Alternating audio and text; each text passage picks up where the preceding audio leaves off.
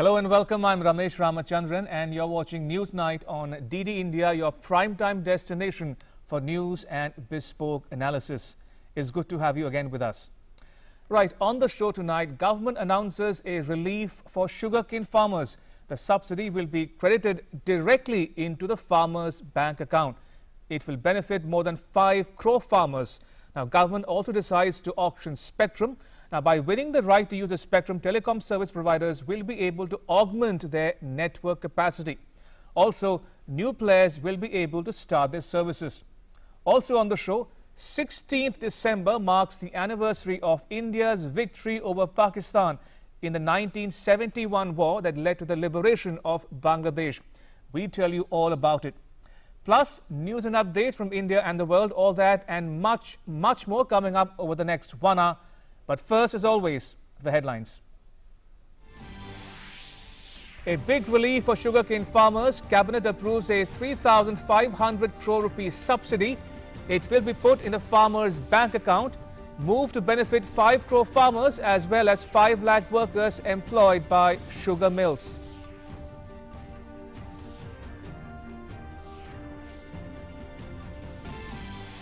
In other big decisions, Cabinet approves auction of spectrum. Cabinet Committee on Economic Affairs approves the revised cost estimate of Northeastern Region Power System Improvement Project at an estimated cost of 6,700 crore rupees.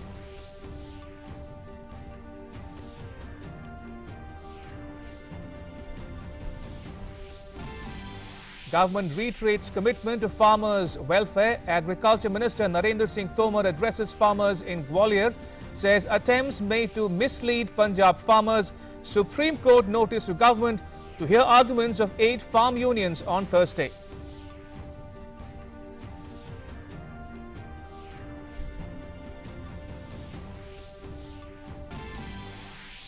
Prime Minister Narendra Modi salutes the warriors of the 1971 India-Pakistan War, lights the victory torch at National War Memorial in New Delhi to mark the beginning of Golden Jubilee year of the war. The torch presented to Paramveer Chakra and Mahavir Chakra awardees to be carried across the country.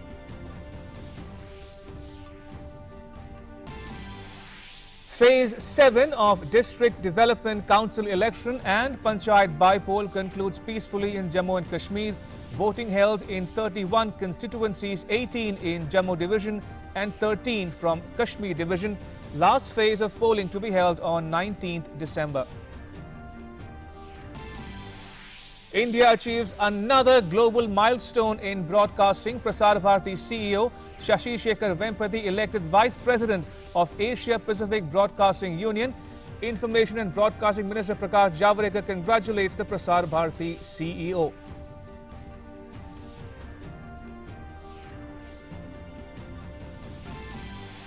In sports, BCCI announces the team for a day-night test with pink ball against Australia in Adelaide beginning Thursday. Prithvi Shaw is the second opener. Ridhiman Saha picked over Rishabh Pant.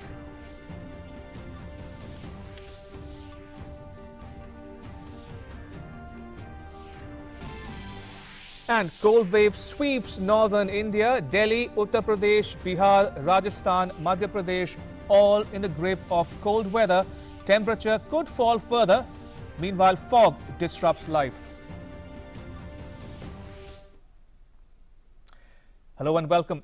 Now, in a significant decision, the government on Wednesday approved a 3,500 crore rupees subsidy for sugarcane farmers.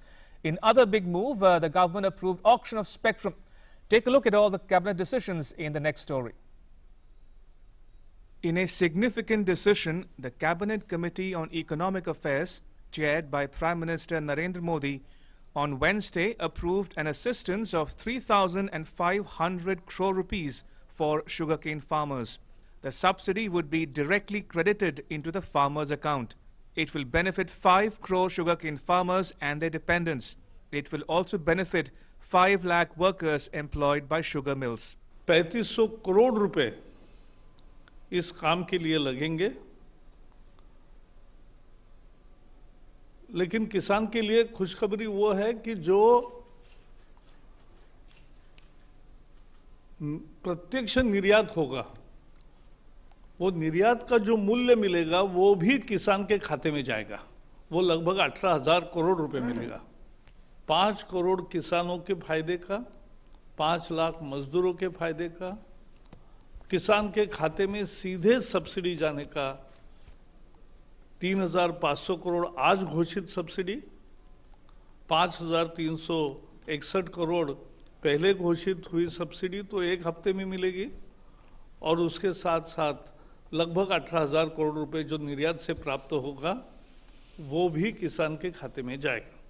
The subsidy aims at covering expenses on marketing costs, including handling, upgrading, and other processing costs, and costs of international and internal transport and freight charges on export of up to 60 lakh tons of sugar, limited to maximum admissible export quota allocated to sugar mills for sugar season 2020-21. The Cabinet Committee on Economic Affairs also approved the revised cost estimate of Northeastern Region Power System Improvement Project at an estimated cost of 6,700 crore rupees. In another major decision, the Union Cabinet approved Department of Telecommunications proposal to conduct spectrum auction. The auction will be for spectrum in 700 MHz, 800 MHz, 900 MHz, 1800 MHz, 2100 MHz, 2300 MHz, and 2500 MHz frequency bands. ये total जो spectrum auction होंगे ये 2251 megahertz होंगे जो auction में आएंगे। 700, 800, 900, 1800, 2100, 2300 और 2500 megahertz bands हम ऑक्शन करेंगे। हमने इसका एक कार्यक्रम भी बना लिया है और इसी महीने हम नोटिस इनवाइटिंग एप्लीकेशंस इशू करेंगे और आने वाले मार्च में हमारी योजना है कि हम इस ऑक्शन को कार्य रूप देंगे। The Cabinet Committee on Security approved a National Security Directive on telecommunications sector in order to maintain integrity of supply chain security. Under the provisions of this directive, in order to maintain the integrity of the supply chain security, government will declare a list of trusted sources, trusted products for the benefit of telecom service providers. The list of equipments to be covered under this directive and the methodology to designate trusted products will be devised by the designated authority who is the National Cyber Security Coordinator. The Cabinet also approved an MOU between India and the US for exchange of information in areas of mutual interest in the electricity sector. With Shailendra Mishra, Newsnight Desk, DD India. Right, in other news, government reiterates its commitment to farmers' welfare. Agriculture Minister Narendra Singh Tomar gave the assurance while addressing farmers in Gwalior. Meanwhile, Supreme Court will hear farm unions on Thursday. Here's more. Amid ongoing protest by the farmers at several border points of Delhi, government has once again made it clear that it is committed to the well-being of farmers. Addressing farmers at Kisan Sammelan in Gwalior, Union Agriculture Minister Narendra Singh Tomar said that government has implemented several schemes for the benefit of farmers. He also accused the opposition parties of misleading the farmers. जब देश के एक कोने में पंजाब राज्य के किसानों को गुमराह करने की कोशिश की जा रही है, उनमें भ्रम पैदा करने की कोशिश की जा रही है, नरेंद्र मोदी जी ही एकमात्र ऐसा भारत में नेता है जो देश को बदल सकता है। The Agriculture Minister Tomar further said that Swaminathan Commission had submitted its recommendations in 2006 during the UPA regime. However, no decision was taken on it. He added that Modi government has approved a minimum support price, providing farmers a profit of 50% over the cost of production. Swaminathan साहब ने 2006 में अपनी recommendation Manmohan Singh को प्रस्तुत की थी। UPA सरकार ने यह निर्णय नहीं किया, लेकिन मोदी जी आए तो आज लागत पर 50% मुनाफा जोड़कर एमएसपी घोषित करने का काम किया जाता है। Other union ministers are also continuously highlighting the strides made by the country in the field of agriculture. The ministers said that with a motive to transform the agriculture sector, Centre has taken a host of historical pro-agriculture landmark initiatives. तो ये साजिशी सिपाही का संदूक लेकर के किसानों के कंधे पर बंदूक चला रहे हैं और ये वो लोग हैं जो लोग की सामंती सियासत के बहुत ही जांचे, बहुत ही परखे, बहुत ही ट्रेडिशनल, बहुत ही प्रोफेशनल जो है वो प्लेयर्स हैं। खुद प्रधानमंत्री जी ने, खुद कृषि मंत्री जी ने, खुद पूरी सरकार ने एक ही बात कही है कि किसानों का हित हमारे लिए सर्वोपरि था, सर्वोपरि है, सर्वोपरि रहेगा। Meanwhile, Vice President M. Venkaiah Naidu has said that both the centre and the state governments should work as Team India in addressing the needs of the farmers. Speaking in Hyderabad, he said that apart from ensuring remunerative prices, the farmers should be provided with timely and affordable credit. And we have to create a remunerative price. We have to see that the farmers are not exploited, and we have to see the farmers are given adequate, timely help. That is the duty of the government. On the other hand, the Supreme Court on Wednesday issued notice to Centre on the plea seeking a direction for removal of protesting farmers from several border points of Delhi. Chief Justice of India suggested that a committee be set up to resolve the issue. The committee should comprise representatives of farmer unions and the government. Supreme Court will hear the arguments of 8 farmer unions, including different units of Bharatiya Kisan Union, on Thursday. Meanwhile, the government has welcomed Supreme Court's decision to set up a committee. Supreme court ने इसके बारे में जो फैसला किया है आज, वो उन्होंने कहा है कि को कमेटी बनाना चाहते हैं जिसमें भारत सरकार के, किसान यूनियंस के, स्टेट्स के सभी रिप्रेजेंटेटिव हों और एक नेशनल इशू बनने वाला है। इस फैसले का स्वागत है। कल इसकी डेट उन्होंने डाली है। इस पे जो भी फैसला होगी सरकार सभी लोग मानेंगे। 6 rounds of meetings have taken place between the government and the representatives of thousands of farmers who have been protesting at the border points of the national capital for the past 21 days. Newsnight Desk, DD India. All right, time now for our In Focus segment, in which we are discussing about Cabinet OK's cane subsidy, 5 crore farmers to gain.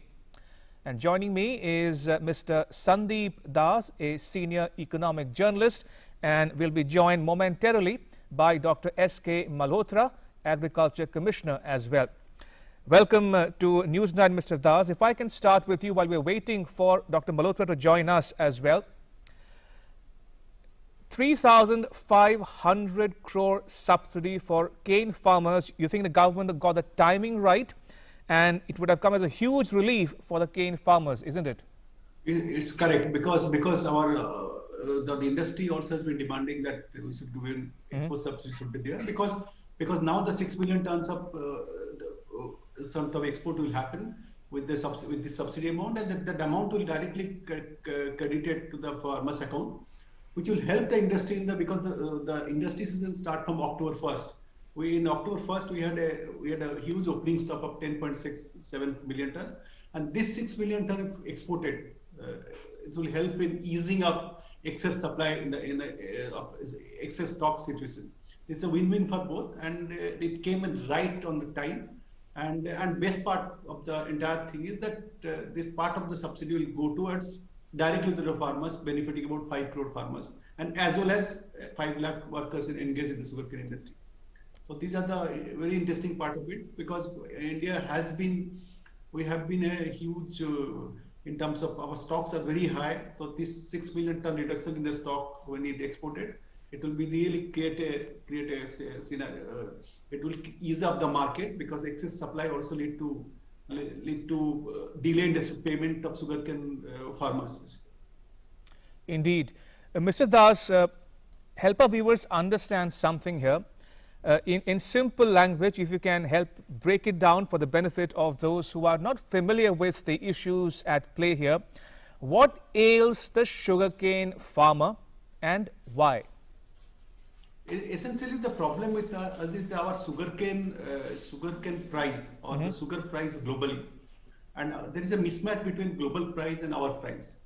And our production is about the estimated production of sugarcane is about 32.6 million tons. And if you take out the domestic consumption, about 26 million ton, and some portion will go to the ethanol. Still, we have excess sugar production.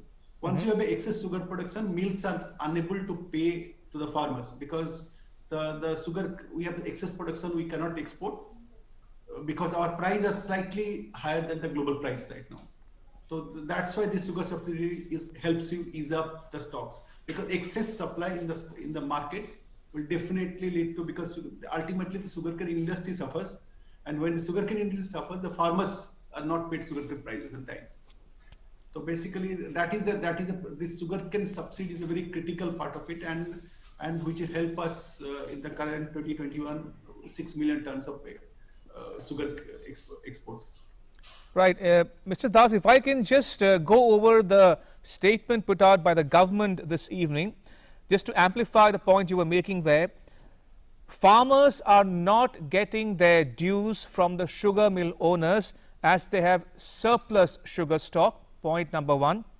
And number two, the government says it is facilitating the evacuation of surplus sugar stocks. How will this work out on the ground? It's worked out like now the 6 million tons the subsidy, the 3,500 crore of subsidy will be used, which will be used basically. What will happen? India will export 6 million tons of sugar, and which ease up our domestic stock, because the gap, I said, the domestic price and global price, there is a gap. There is a gap. Our sugar price is slightly higher than the global price at current situation, because our exportability suffers without the subsidy part. You understand? Because suppose global price is 30 rupees, our price is about 35 rupees. So that 5 rupees gap, the government want to bridge in. So at 30 rupees, the sugar will be exported, and the losses incurred because there is a manufacturing cost and all will be borne through this subsidy amount of 3,500 crore rupees. And main part of it, that, as I said, October, there is a sugarcane, the sugar season is October to September. And we have, on October 1st this year, about 10.7 billion tons of sugar we have. So the carry forward stock is, they call it carry forward stock, the next year is very high. So when you evacuate, when you export this amount, that means that much money comes into the system and your stocks reduces basically. Right. And the farmers get the sugarcane prices. Absolutely. Because ultimately when the sugar is sold in the market, either exported to consumption, then sugarcane industry get the money, and the money then transfer it to sugarcane farmers. Right. Mr. Das, do stay on. I'm told our guest, Dr. S.K. Malhotra, is not able to join us tonight on News Night, but don't worry. We have another equally special guest joining us live on News Night tonight. Let me introduce him to you. I have with me Dr. Ashok Vishandas, a former chairman of the CACP and professor of economics at the IIPA. Dr. Vishandas, welcome to News Night. Let me start with the obvious question first. What did you make of the timing of the subsidy announcement? And it would have come as a huge relief for the sugarcane farmers, as I was asking Mr. Das here. Yes, it is indeed. It is a very timely action. Look at this. Let me give you the beginning. Sure. The demand for sugar has not come down. It's only the production has increased. Therefore, the gap between demand and supply looks it has magnified or amplified. Therefore, the farmers incur losses. Now, compare this farmer with secondary and tertiary sector. For example, the software engineer, the manufacturer, the more hard work they do, they get more income and more reward. But contrary to that, the farmer, when they do hard work and therefore they produce more, then they suffer. Now, this is a very, very difficult situation for farmers, because you can't accept a situation when you work hard, your income goes down. I mean, that's unacceptable. So the government has come forward very in time to give them some kind of support so they don't suffer. Now the gap between the demand and supply is of the order of 5 to 6 million tons, and the government wants to evacuate from all geography, all corners of the country, the excess production of sugar, and therefore they have to go to the demand center. Now that there are production center, the globe is one, and if there is not sufficient demand in the country, obviously the next best solution is to export it. Now export has to be at competitive price. Right. Now our price is a little higher than the global price. Therefore, government has to chip in, and then like a small child is there, they are trying to make effort. The government has to handhold them. So similarly, government is hand-holding the farmers because they are in a very precarious situation in terms of their financial position, and the prices are on the lower subdued prices of sugar. Therefore, this is very timely. The 3,500 package is very, very good. And there are two more things into it. Sure. There is earlier, the government had done the similar effort, but what the mistake was being done, they used to give that money in whatever form. That I'm not talking of the name on the scheme, but essentially that was a subsidy. They used to give to the millers, the sugar mills, and then with the clear understanding that it will go to the farmers, because the sugar mill basically in our country are captivated.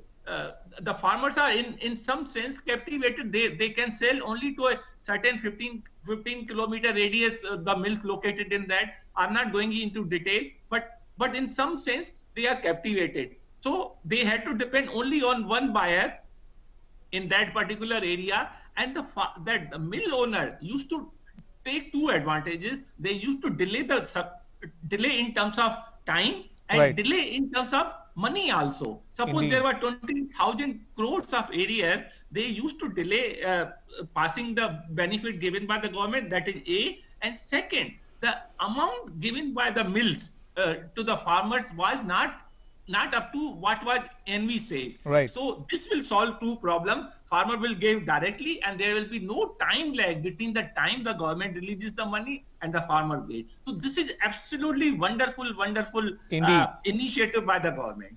Dr. Vishen Das and Mr. Das, I want to take a moment to look at it from the farmer's perspective, the cane farmer's perspective. Number one, I will get the subsidy amount in my bank account directly, point number one. Number two, this will be deposited in my bank account in 1 week's time from the time all the notifications are issued and the ball is set rolling.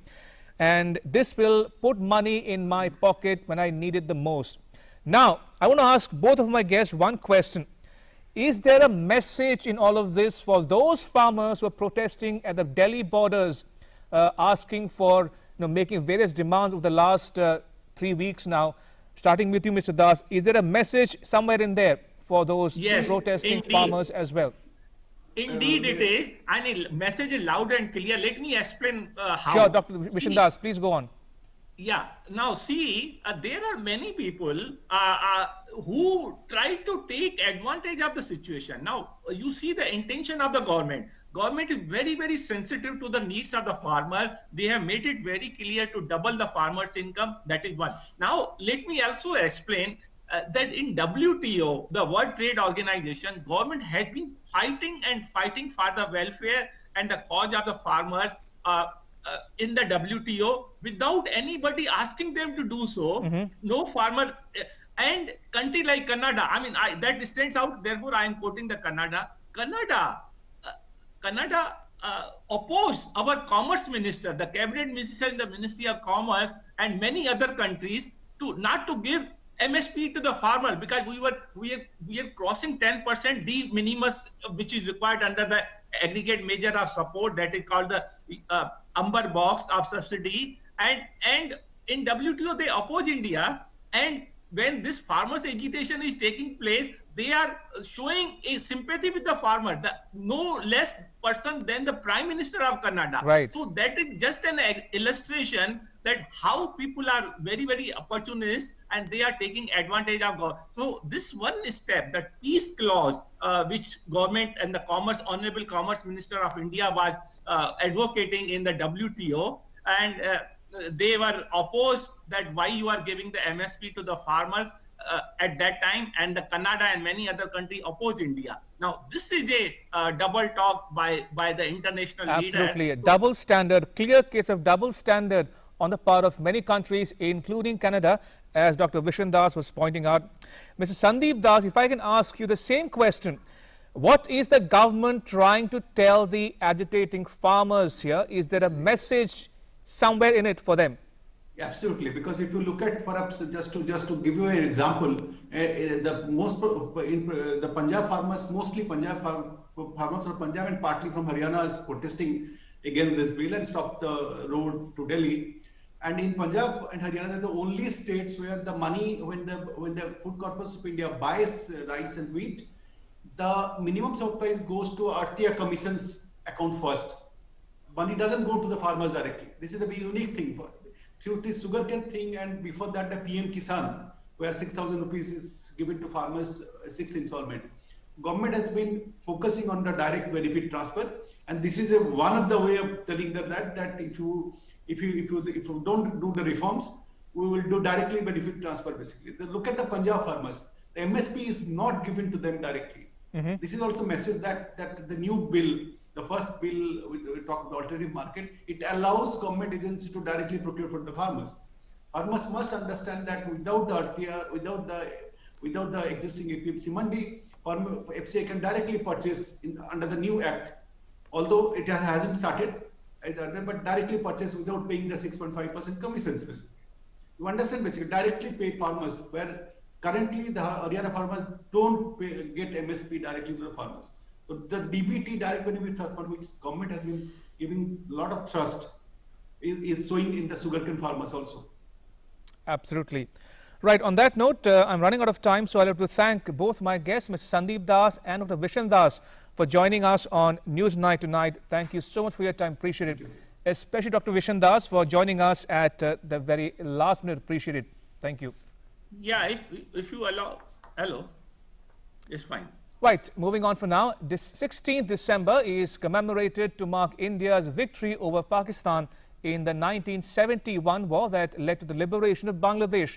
Now, Prime Minister Narendra Modi lit the victory torch at National War Memorial in Delhi and paid rich tributes to the brave soldiers. Pakistan was born into two geographical parts, West Pakistan and East Pakistan. But the western part was never comfortable with the arrangement, since East Pakistan continued to assert their right to self-rule. In March 1971, the Pakistani army launched a brutal operation. Large-scale atrocities were carried out in East Bengal. Even Sheikh Mujibur Rahman was arrested. Bangladeshis started taking refuge in India to avoid arrest and torture. About 1 crore refugees fled to West Bengal in India. The pressure on India was increasing. At the same time, Pakistan started increasing the build-up at the new borders. In November 1971, Pakistan mounted a tank attack along the Indian border with East Pakistan. The Indian Army responded fiercely.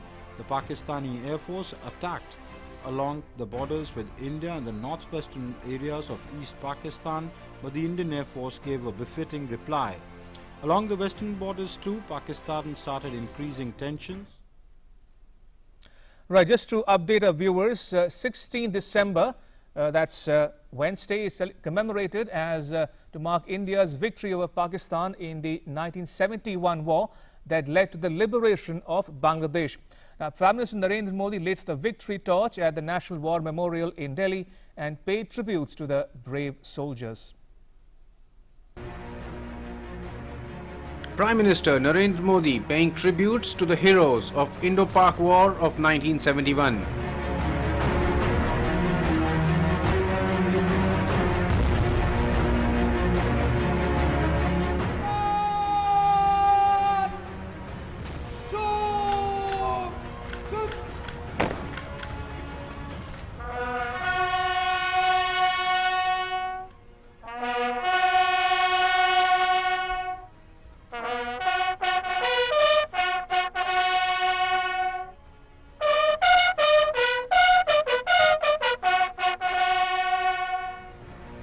PM lit the Swarnim Vijay Mashal at the National War Memorial.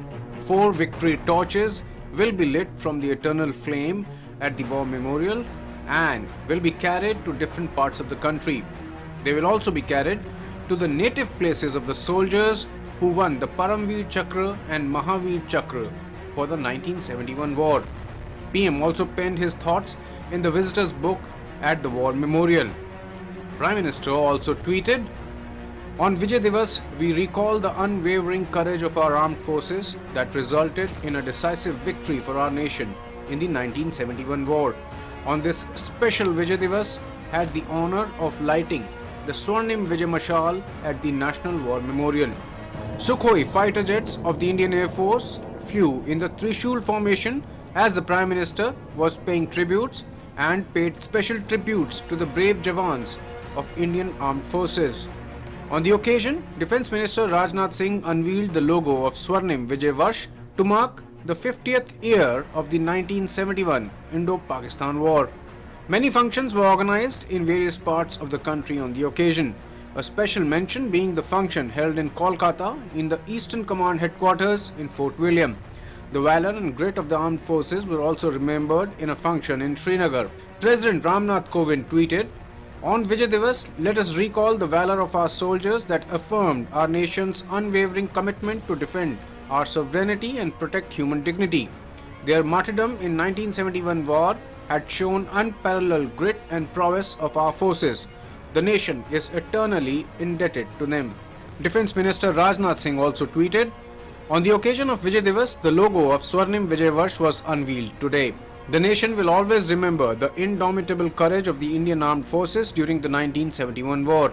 Home Minister Amit Shah also joined the nation in paying rich tributes to the armed forces. He tweeted, "On this day in 1971, the Indian Army, protecting the universal values of human freedom, made a historic change in the world map with its indomitable courage and valour. This tale of valour will be written with golden letters in history and will continue to make every Indian proud. Happy Vijay Divas." 16th December is celebrated as Vijay Divas, as in 1971 India inflicted a humiliating and decisive defeat on Pakistan, forcing surrender of 93,000 troops in eastern Pakistan, resulting there in the independence of Bangladesh. With inputs from Sudhir Yadav, News 9 Desk, DD India. Right, let me now take you to December 1971 when the Indian Armed Forces secured a decisive and historic victory over the Pakistani army. It led to the creation of a nation, Bangladesh. It also resulted in the largest military surrender after the Second World War. Take a look at the next report. Pakistan was born into 2 geographical parts, West Pakistan and East Pakistan. But the western part was never comfortable with the arrangement since East Pakistan continued to assert their right to self-rule. In March 1971, the Pakistani army launched a brutal operation. Large-scale atrocities were carried out in East Bengal. Even Sheikh Mujibur Rahman was arrested. Bangladeshis started taking refuge in India to avoid arrest and torture. About 1 crore refugees fled to West Bengal in India. The pressure on India was increasing. At the same time, Pakistan started increasing the build-up at the new borders. In November 1971, Pakistan mounted a tank attack along the Indian border with East Pakistan. The Indian Army responded fiercely. The Pakistani Air Force attacked along the borders with India and the northwestern areas of East Pakistan, but the Indian Air Force gave a befitting reply. Along the western borders too, Pakistan started increasing tensions. On 3rd December 1971, the Pakistani Air Force attacked several cities in India. On the 4th of December, the Indian Navy launched an operation of Trident to target the port of Karachi. On the midnight of 8th and 9th December, the Indian Navy demolished many of Pakistan's main warships at the Karachi port, making it impossible to reach and leave the Karachi port. It seemed as if the East Pakistan Air Force had turned into a heap of rubble within 48 hours. On 8th of December, General Sam Manekshaw, the Chief of Indian Army, sent a message to the East Pakistan Army to surrender but Pakistan refused to do so. By the morning of December 5, 1971, the entire tank brigade of Pakistan had reached near the borders of Rajasthan. The place was Longowala. Major Kuldeep Singh Chandpuri's platoon in the Battle of Longowala showed tremendous valor, and their efforts were complemented by Hunter aircraft of the Indian Air Force. On the other hand, in East Pakistan, the Indian Army had won a big victory by 9th December. It was only a matter of time before Dhaka would fall. By December 12, 1971, Dhaka was besieged, with Mukti Vahini providing to be a big help for the Indian Army on the ground. By December 14th, the final battle of Dhaka had begun. The government had fallen. The Pakistani army was surrounded by the Indian Army. The final message to surrender was sent to General Amir Abdul Khan Niazi, the Eastern Army commander of Pakistan, on the 15th of December 1971. With the Pakistani Defence Forces brought down to their knees by the Indian Army, he had no option but to surrender. On December 16, 1971, at 4 p.m., General A.A.K. Niazi signed the instrument of surrender in front of Lieutenant General Jagjit Singh Arora.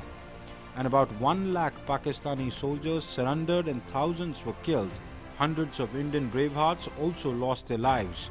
But they not only wrote history, but also changed the geography of the region. Because of this victory, a new country, Bangladesh, was born. Newsnight Desk, DD India. A historic day indeed. Right, moving on, India will host Global Media and Film Summit next year. Addressing the CII Big Picture Summit on Wednesday, Information and Broadcasting Minister Prasar Bharati said the growth of communication technology in India was phenomenal. It presented a tremendous scope for entertainment and media industry. Union Minister for Information and Broadcasting Prasar Bharati addressed the CII Big Picture Summit on Wednesday. While complimenting CII for organizing the Big Picture Summit, Bharati remarked that animation, visual effects, gaming and comic, or the AVGC, is a sunrise sector, and Indian experts are already providing back-end support to top filmmakers of the world. He added that it was time that these professionals started doing more of this for Indian films. AVGC is a sunrise sector, and our experts have been providing back-end support to top filmmakers of the world. It is time that we start doing more of this for our own film industry, so that the use of animation and graphics grow manifold in the country. Various initiatives will be taken to promote the industry itself and promote the entrepreneurship and the startups. On the occasion, Bharati also announced that the government is forming a Centre for Excellence in cooperation with IIT Bombay, where courses in AVGC will be provided. Speaking on the occasion, Secretary, Ministry of Information and Broadcasting Amit Khare said that COVID-19 pandemic has opened up new avenues like educational technologies and Indian gaming. He invited the industry to help project India's soft power through media and entertainment. Media and entertainment has tremendous soft power to project India. In the 75th year of independence, starting from say 2022, if we can use our platform of CII to project India's soft power through media and entertainment, about education technologies, about gaming, that would be another sector which is a growing sector, and all of us can work together. Also speaking on the occasion, CEO Prasar Bharati Shashi Shekhar Vempati said that various channels under the public broadcaster created content to generate mass awareness during the COVID pandemic. The period also saw a very interesting aspect of what is unique about public broadcasting in India. When schools were closed, the channels of Doordarshan and the stations of All India Radio started carrying educational classes across states. Prasar Bharati also informed that India will set up a special pavilion at Cannes in 2022 as Cannes Film Festival celebrates 75 years. He added that India will also host a global media and film summit next year. The Big Picture Summit is a flagship summit and leadership forum for media and entertainment industry. It brings together the Indian government, industry as well as internationally renowned experts on a single platform to navigate a successful growth path. Newsnight Desk, DD India.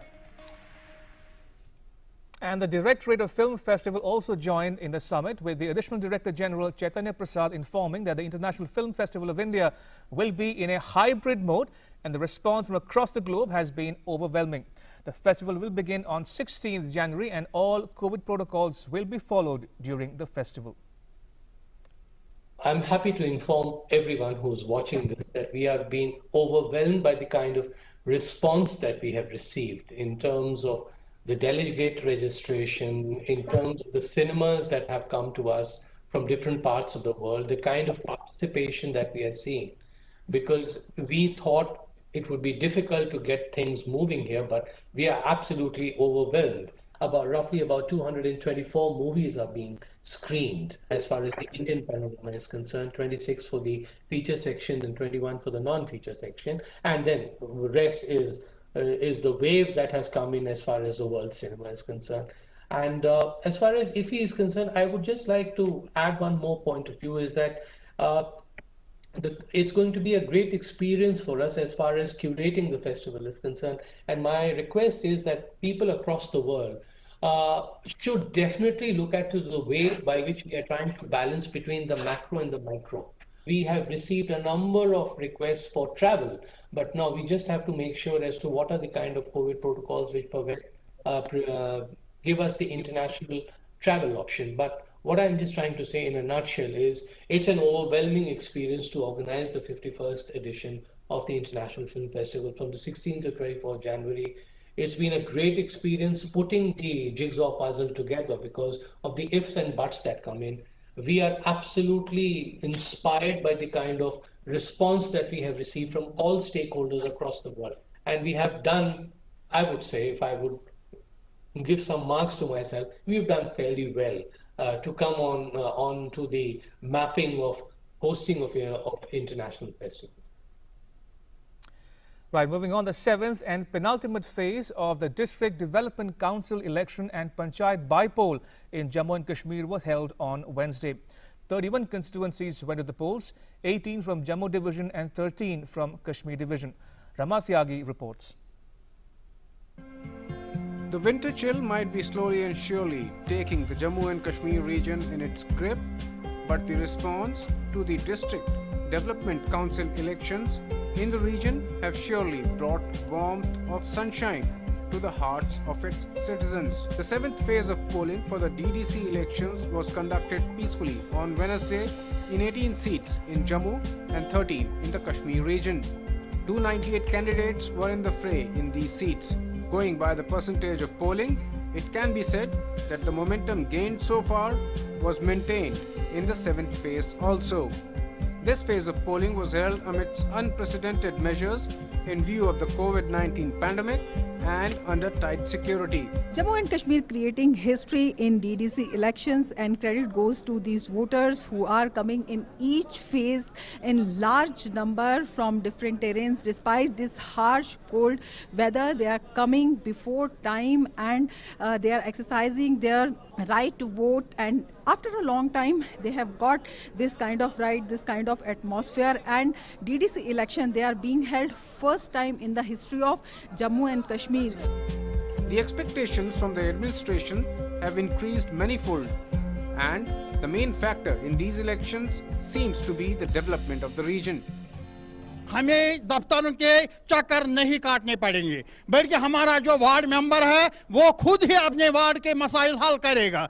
जो भी काम होगा यहीं पर होगा, इसलिए हम vote देते हैं पंच को सरपंच। हमारी पढ़ाई अच्छे से होगी यही मैम, और स्कूल भी बनवाएंगे, और ग्राउंड यहाँ पर नहीं है, ग्राउंड भी दिया जाएगा। सब कुछ होना चाहिए जो चाहिए यहाँ पे अक्सर गाड़ियाँ नहीं मिलती है, ट्रांसपोर्ट की कमी है।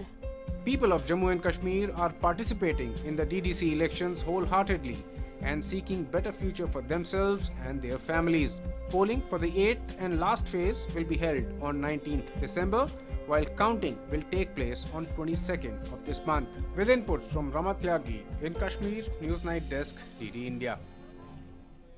Time now for all the news related to COVID-19 pandemic in India now. 33,813 recoveries were recorded in the last 24 hours. The total number of recovered patients was at 94,56,449. Now, with this, the recovery rate currently stands at 95.21%. Now, India's three-pronged strategy of test, trace and treat is proving to be a success. Fatality rate has dropped to 1.45%. The death toll was at 1,44,096. The number of active COVID cases in India is more than 3.32 lakh. It is 3.34% of the total cases reported so far. Now, in the last 24 hours, 26,382 persons were infected with COVID-19. 75.84% of the new cases are from 10 states and union territories. Kerala has reported the maximum number of single-day recoveries, followed by Maharashtra and West Bengal in the past 24 hours. Prasar Bharati achieved another global milestone in broadcasting on Wednesday, with its CEO, Shashi Shekhar Vempati, being elected as the Vice President of Asia Pacific Broadcasting Union, one of the largest broadcasting associations in the world. Now, the Asia Pacific Broadcasting Union was formed in 1964 as a professional association of broadcasting organizations. It has over 286 members in 57 countries or regions, reaching the potential population of around 3 billion people. Prasar Bharati CEO Vempati has been elected to the office of the Vice President ABU for 3 years with immediate effect. The election took place on Wednesday during the General Assembly of the Union, which was held virtually due to COVID-19 pandemic. Now, it's remarkable to note that almost all of the public broadcasters of the member countries in the Asia-Pacific region strongly supported the candidacy of India's public broadcaster, which was forwarded by NHK of Japan. Now, while the candidacy of the nominee from China's NRTA was unsuccessful, failing to garner support from any of the members, paving the way for CEO Prasar Bharati India's election to the vice presidency of ABU. Now, Turkey's public service broadcaster TRT's chairman and director general Ibrahim Eren was elected as ABU president. इसके उपाध्यक्ष पद पर भारत का प्रत्याशी शशि वेम्पटी जीत गए हैं। China के उम्मीदवार से भी उनको ज्यादा वोट मिले और वो जीत गए हैं। मैं उनको बधाई देता हूं और भारत अपना काम इस भूमिका में अच्छी तरह से निभाएगा, ये मुझे पूरा विश्वास है। Asia Pacific Broadcasting Union is a multilateral platform where public broadcasters of various countries in this entire region, stretching all the way from Australia in the east, Japan, all the way to the west, including several Central Asian and Southeast Asian nations, are part of this platform. So the vice presidency is a very onerous task. So India has had a long history of association with ABU. India was one of the founding members. Several leaders from the public broadcaster, be it Doordarshan, be it All India Radio, over the years have held offices in ABU. And so it's a moment of great pride and happiness for all of us.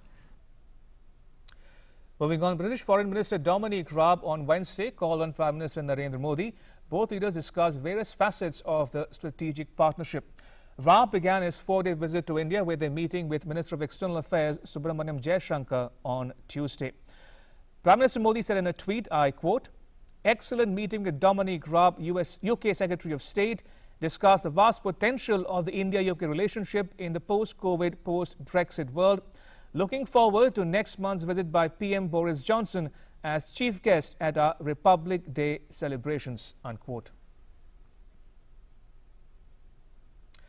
The weather in North India has been changing continuously for the last 3 days. Cold wave conditions intensified in parts of northern India, and dense fog engulfed many states and the national capital as well. On Wednesday, foggy conditions prevailed in many cities, including Delhi, Amritsar and parts of northern India.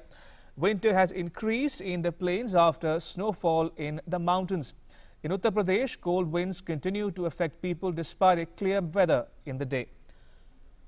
Maharashtra also witnessed a foggy morning on Wednesday due to the drop in maximum temperature with an increase in humidity. Traffic movement between Mumbai and Nasik was interrupted due to the same. The Met Department has issued warnings to many states about the cold wave. Severe cold conditions are expected in Punjab, Haryana, Chandigarh, Delhi, North Rajasthan and Western Uttar Pradesh for the next 2 days. Now, in an effort to guard against fake news being circulated on various platforms, we bring you our segment on fact-checking and myth-busters. Now, a claim has been made in a video that government will deploy paramilitary forces at the Shinghu border in Delhi to carry out a major operation and impose curfew in Punjab and Haryana afterwards. But a fact check found that the claims made in the video are fake. I repeat, fake. To sports news now, the historic first ever day-night test between India and Australia will start in Adelaide on Thursday. India announced the playing 11 for the first test. Take a look at the playing 11 now. Virat Kohli, captain. Mayank Agarwal, Prithvi Shaw, Cheteshwar Pujara, Ajinkya Rahane, vice captain. Hanuma Vihari, Riddhiman Saha are Ashwin. Umesh Yadav, Mohammad Shami and Jasprit Bumrah. Now, for both sides, the number 3 is very crucial. Australia is languishing while Pujara may have to shine again. But there will certainly be some distinct home advantage for Australia along with the experience of playing more day-night tests as well.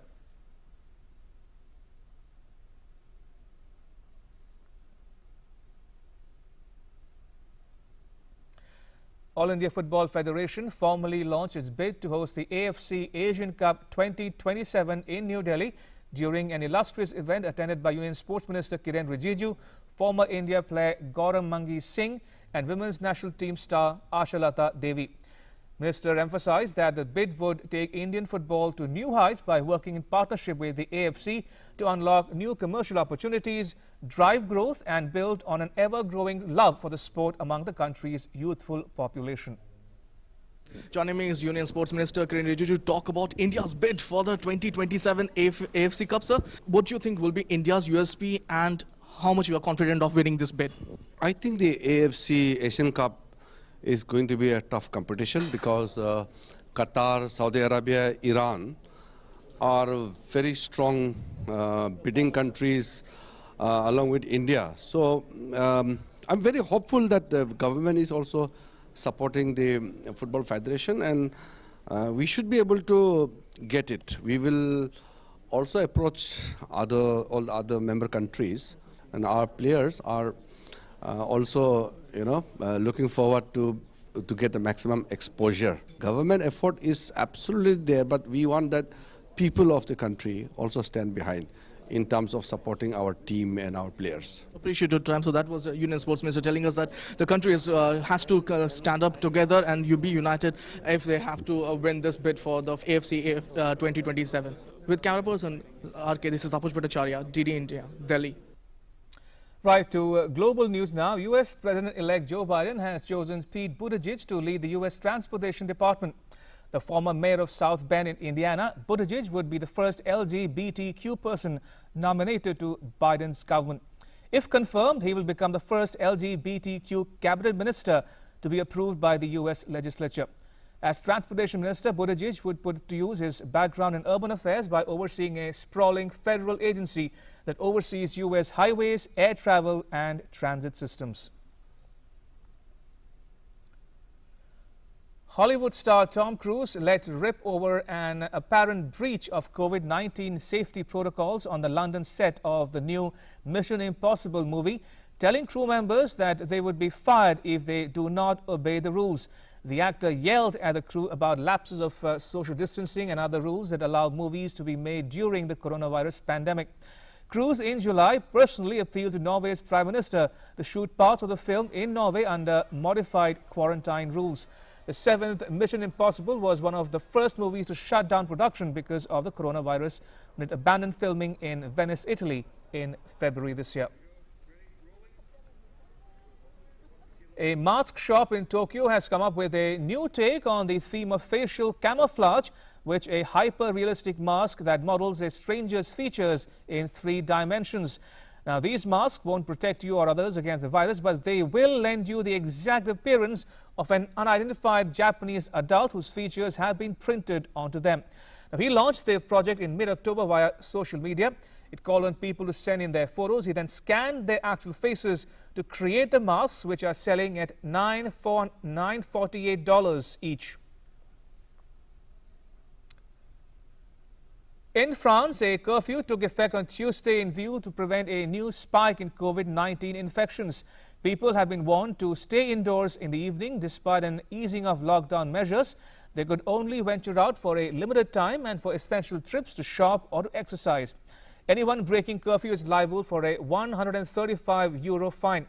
Infection rates in France have declined sharply since the peak of the second wave last month.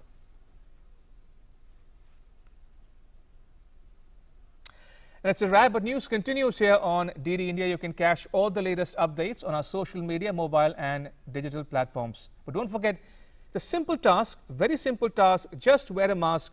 Join DD India's Mask Up campaign to beat COVID-19. Thanks for watching. Bye-bye.